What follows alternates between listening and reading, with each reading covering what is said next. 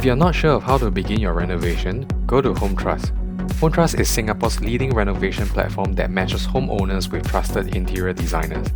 On the main page, simply click the Get Recommendations feature and answer a few simple questions to get matched with reputable IDs. From there, you can check out their portfolios and take a look at their reviews. Did you know that Home Trust do not delete negative reviews? This is where Home Trust stands out, by providing the promise of trust and transparency to homeowners like ourselves. If you want to know more, make sure you visit their website at hometrust.sg.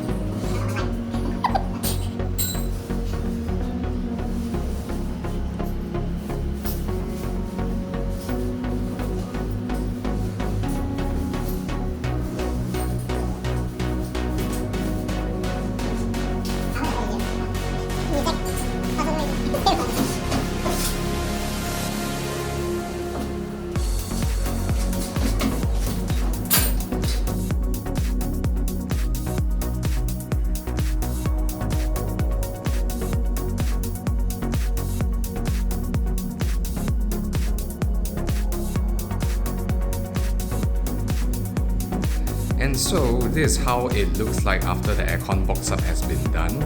Honestly, I think it is a pretty good job.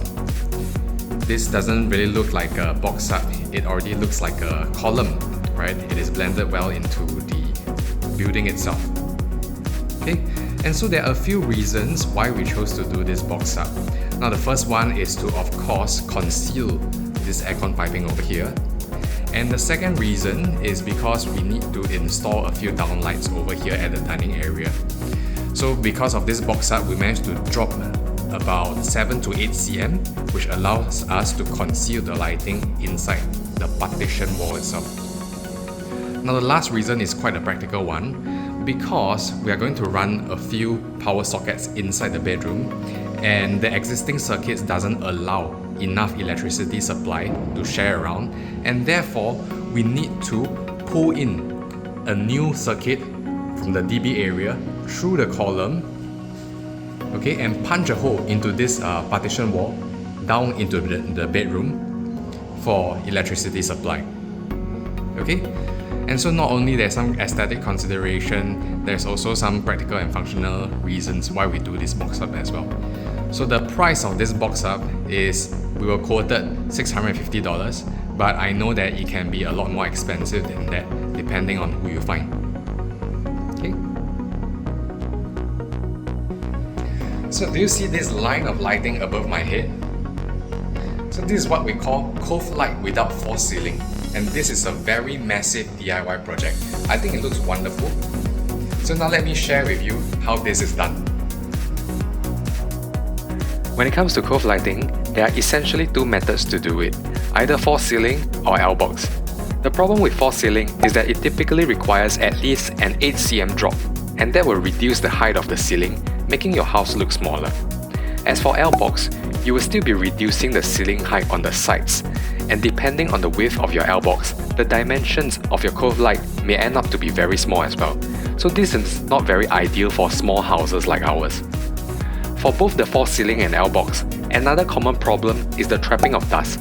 Because there is a horizontal ledge, you may have to climb up the ladder to clean it every once in a while, so that is some maintenance issue over there. In terms of the cost, both L-box and false ceiling are not cheap as well, costing upwards of $1,000 or more. And so, we thought of a solution. Do you see this Cove Light up there on the ceiling? That's actually not false ceiling. This is actually a metal cornice that looks something like this. And so, this is how the cornice looks like up close. Right, this is the side profile itself. So I purchased about 20 meters of this cornice from Taobao. I remember the cost was about $200 and that is before shipping. So let me explain how to install it. There are two methods of installation. You can do it this way, where the light is shining down onto the wall itself, or you can also do it this way, where the light is shining onto the ceiling. For us, we chose to install it this way, where the light is shining down, simply because when we do it this way, there will be no ledge for the dust to accumulate. If you choose to do it this way, like a traditional false ceiling, there is going to be a horizontal ledge for the dust to accumulate over time. So this manner is better for long-term maintenance. Now if you take a closer look at the upper and lower corners, you can see that there are holes over here. And so what we're going to do is to attach screws onto the ceiling and screw this cornice into the wall itself on both sides. Right? And after that, right, what we're going to do is to plaster this flat and plaster the bottom side flat as well.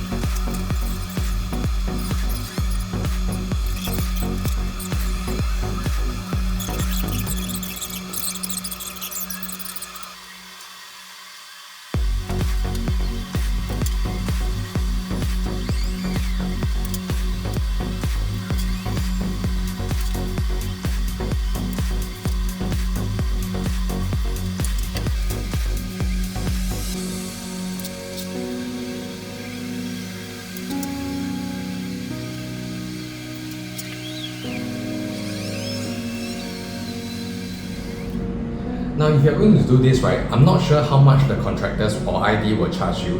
Likely it's going to be at least $500 to $1,000, and I'm not surprised. When I chose to do it myself, I spent about 30 to 40 hours. The difficult part is to plaster it and conceal it nicely so that it looks seamless and blends into the wall. That's the most difficult portion. And so, definitely do not underestimate the amount of effort and time for you to do this. And so, this is how everything looks like after one day of plastering. You can see that it looks not too bad already. However, there's still a lot of unfinished corners and a lot of imperfections, and there's still a lot of work to do. And this is how it looks like after the second day of plastering.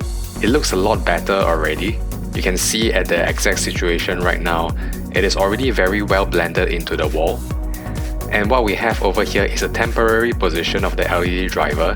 It's going to be behind the curtain eventually so that it's hidden. For now, you can still see some of the imperfections into the inner side of the cornice. We still need to do a bit of touch up over here. Maybe another day of plastering and concealing, and we should be well and done with the entire plastering job.